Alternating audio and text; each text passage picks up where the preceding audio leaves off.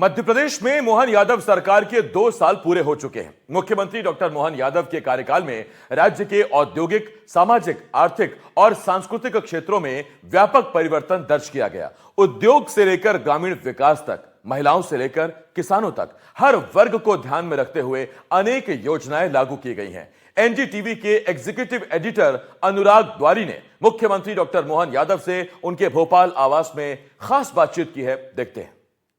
बच्चन जी की कविता है, अगणित उन्मादों के क्षण हैं, अगणित अवसादों के क्षण हैं, रजनी की सूनी घड़ियों में किस किस से आबाद करूं मैं, क्या भूलूं क्या याद करूं मैं। 2 साल का अरसा बहुत लंबा नहीं होता लेकिन बहुत छोटा भी नहीं होता। हमारे साथ मुख्यमंत्री मध्य प्रदेश के डॉक्टर मोहन यादव हैं। सर, सबसे पहले तो यही जानना चाहेंगे कि 2 साल की 3 सबसे बड़ी उपलब्धियां आप क्या मानते हैं? मैं तो हर विभाग के लिए उतना ही प्रेम करता हूँ जैसा एक मुख्यमंत्री को अपने सभी मंत्रिमंडल की तरफ सकारात्मक देखना चाहिए। लेकिन फिर भी अगर देखा जाए तो सबसे ज़्यादा मानवीयता के दृष्टिकोण से नक्सलवादी जो घटनाएं थी और नक्सलवादियों का जो टेरर था और वो विभत्स घटना याद करते तो मन खराब हो जाता है। बालाघाट ने बहुत भुगता है, मंडला, बालाघाट, डिंडोरी। लिखिराम कांवरे जी को घर के बाहर ही हाँ, मतलब बहुत दर्दनाक है। इसलिए मैं मान के चलता हूँ अगर सबसे बड़ी प्रॉब्लम कोई थी तो नक्सलवादियों के खिलाफ हमारी पुलिस की कल की आखिरी कार्रवाई, जिसमें हमने पूरा प्रदेश को नक्सलवादी घटनाओं से मुक्त पा लिया, ये बड़ा घटनाक्रम है। दूसरा, नदियाँ तो हजारों साल से थी, लेकिन नदी जोड़ो अभियान के अंतर्गत जो जिस प्रकार से प्रधानमंत्री माननीय श्रीमान नरेंद्र मोदी जी ने मध्य प्रदेश को मदद की है और विश्व का पहला नदी जोड़ो अभियान के प्रोजेक्ट मध्य प्रदेश से पूरे हुए। केन बेतवा उत्तर प्रदेश, पार्वती काली सिंह चंबल योजना राजस्थान, ताप्ती के साथ महाराष्ट्र, ये अपने आप में बहुत बड़े अचीवमेंट है। वैसे तो बहुत निर्णय है, लेकिन जैसे ग्रीनफील्ड एक्सप्रेसवे बनाना, ये भी हमारा अपने राज्य के अंदर नया चीज है। राज्य के अंदर की नदी जोड़ो अभियान भी पहली बार प्रारंभ हुआ, राज्य के बाहर की नदी जोड़ो का तो हुआ ही है। नए टाइगर अभयारण्य आपने देखा ही है कि भोपाल में नए बन गए। अब बड़े तालाब में शिकारे का चलना, ये लाडली बहनों के 1500 रुपये करना, बहुत सारी चीजें हैं। भोपाल के चारों तरफ द्वार बनाना। आप मंत्री बहुत पहले से रहे हैं, लेकिन बतौर राज्य के मुखिया, बतौर प्रशासक, इन 2 सालों में आपको सबसे बड़ी सीख क्या मिली है?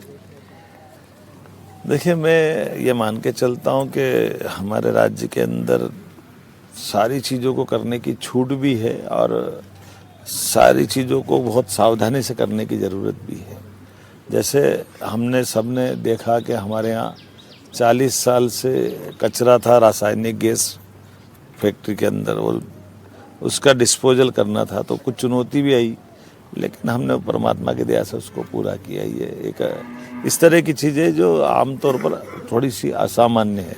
उसी प्रकार से GIS का भोपाल में आयोजन करना, क्योंकि भोपाल में इतना बड़ा आयोजन होना ये जगह ही नहीं थी, और उससे बड़ी बात कि प्रधानमंत्री जी स्वयं रात के रुकने के लिए यहाँ आए, तो ये सफलता के साथ करना ये बहुत बड़ी चुनौती भी थी, लेकिन बहुत आराम से वो कार्यक्रम। प्रधानमंत्री जी लगातार मौके दे रहे हैं, शायद अब मेट्रो के लिए भी प्रधानमंत्री जी ने हामी भरी है, या वो वर्चुअली उन्हें दिया है, लेकिन माननीय खट्टर जी ने मतलब आने का बताया है।